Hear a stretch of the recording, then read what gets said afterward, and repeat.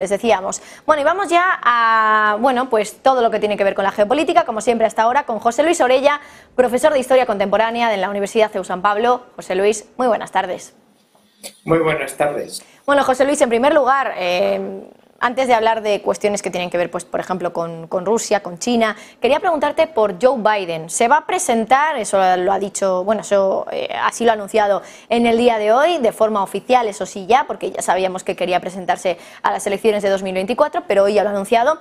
Quiere hacerlo, es cierto que es, bueno, pues ya lo sabemos, el presidente más mayor de la historia de Estados Unidos, 80 años, y lo va a ser todavía más si se vuelve a presentar y acaba saliendo reelegido. Se espera que si así ocurre, pues acabe ese segundo mandato con 86 años.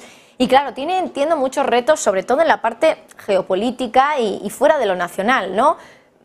Tensión con China, que podría convertirse en el peor de los escenarios en una guerra finalmente por el tema de Taiwán, tensión con Rusia, por supuesto, declive del dólar, ese podría ser otra duda, ¿no? que puede estar en el horizonte. ¿Cómo ves un segundo mandato de Joe Biden, José Luis?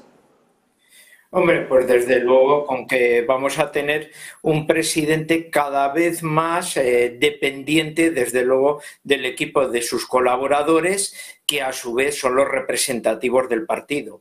Hay que tener en cuenta que Biden tiene una larga carrera en la administración.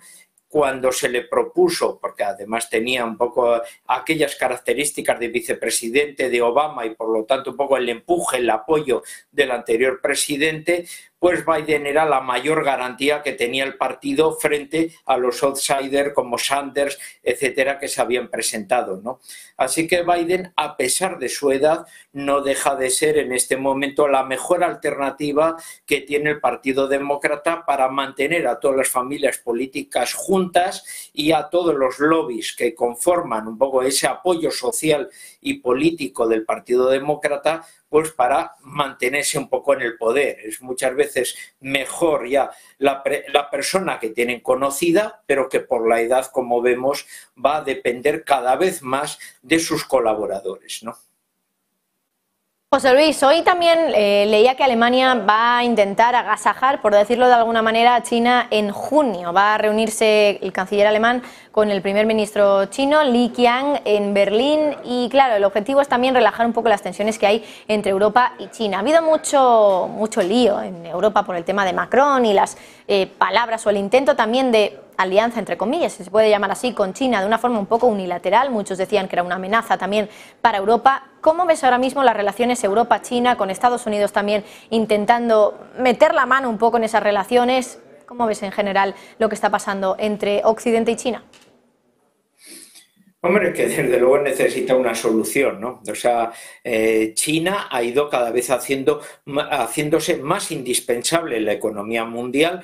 No es sencillamente un país que crece proporcionando multitud de servicios con mejores rendimientos por la abundante mano de obra y por las materias primas y un sistema, desde luego, de capitalismo de Estado que favorece un mejor control de todos los recursos, sino que desde luego se convirtió en la verdadera fábrica de Europa. Nosotros nos hemos convertido en un mercado y descapitalizamos toda nuestra industria, todos nuestros servicios a favor de otros continentes, y China ha sabido desde luego aprovechar aquello muy bien. Ahora somos muy dependientes desde luego de China. Y aunque Estados Unidos, por razones geopolíticas, está del mismo modo que nos ha desconectado energéticamente de Rusia e intenta que seamos menos dependientes del mundo chino, no cabe duda en este aspecto que los europeos, bueno, pues están viendo las consecuencias, desde luego terribles, que tendríamos un poco con una desconexión absoluta, especialmente porque China cada vez más es el motor más dinámico, más efectivo del mundo Indo-Pacífico en este momento, y que absorbe gran parte de las materias primas de África y del mundo hispanoamericano y sostiene desde luego las economías de todos estos continentes. Por tanto, si Europa quiere seguir teniendo un cierto protagonismo económico, no cabe duda que ese puente con el mundo chino lo tiene que tener. Es conveniente para China y es conveniente también para los europeos. Y desde luego se consigue más a través del diálogo que desde luego una ruptura, ¿no? José Luis, hoy también hemos visto un poco de escalada de tensión en términos de la retórica que utiliza Rusia para hablar de la confrontación que dice que existe con Estados Unidos.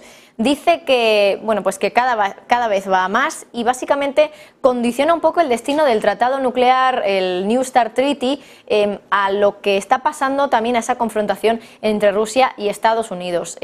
Rusia suspendió su participación en el tratado, pero ¿se puede esperar que en algún momento esas relaciones nucleares entre ambos países vuelvan a ser un poquito más cercanas y no tan tensas como están siéndolo ahora, o la situación y esas tensiones que estamos viendo en términos de retórica de momento cuando hablamos de cuestiones nucleares pueden hacer que ese tratado acabe por no existir?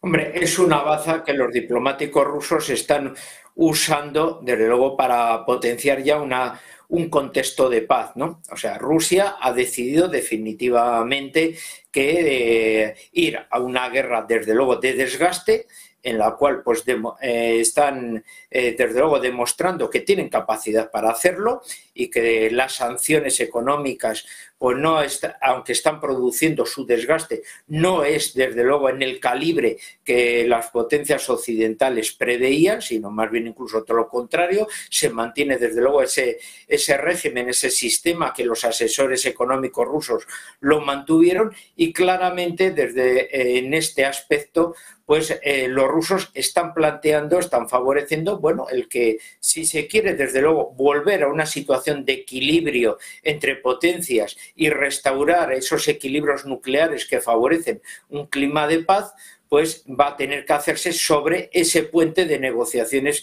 de paz, poniendo fin a la guerra de Ucrania. Pero claro, una guerra de Ucrania en la cual no habría ni vencedores ni vencidos, porque Rusia lo que está planteando es que no puede salir vencida de esta guerra, y por parte de Estados Unidos, el verdadero valedor, desde luego, de Ucrania, que depende al 100% de los suministros que Estados Unidos y sus aliados prestan, pues siempre han estado que es imposible que Rusia pueda salir desde luego de una manera victoriosa. Hasta que no haya un punto en común desde luego de encuentro en ese aspecto, pues esto se va a mantener, y no cabe duda que la baza de los acuerdos nucleares pues es una baza muy importante para Rusia para llegar, bueno, vamos a tener sintonía, y esto se puede arreglar siempre y cuando pongamos punto final a la guerra de Ucrania.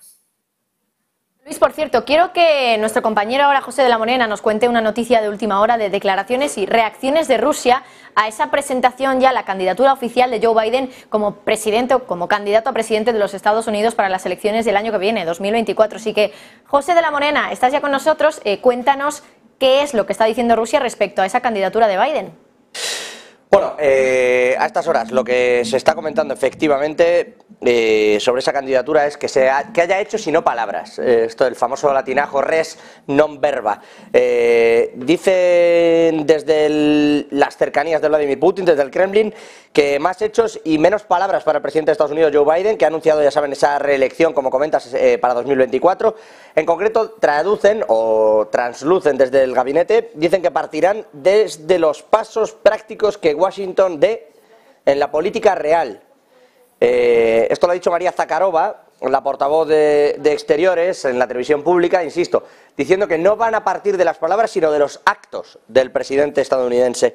También Sergei Lavrov se ha pronunciado respecto a esto, dice, lo ha dicho en esa visita que está haciendo en Cuba, dice que Moscú y Washington apenas mantienen contactos bilaterales, que Vladimir Putin se reunió con Joe Biden en Ginebra en junio de 2021, y desde entonces no se han vuelto a ver, y acusan a Occidente de querer destruir, dicen, Rusia.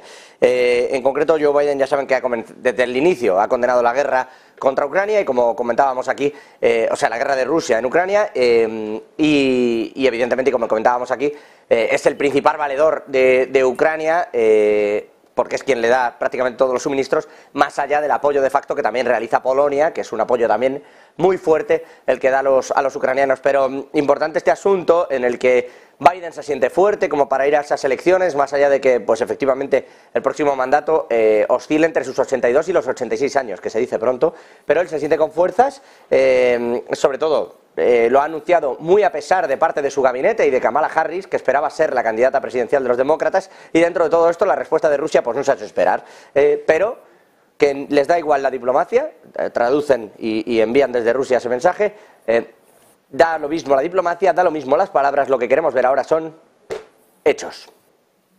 José Lorena, gracias. Y José Luis Orella, voy ya contigo para analizar un poquito más el trasfondo que tienen estas declaraciones. Más hechos, no tantas palabras, es lo que le pide Rusia a Biden en ese segundo mandato. ¿Qué te parece?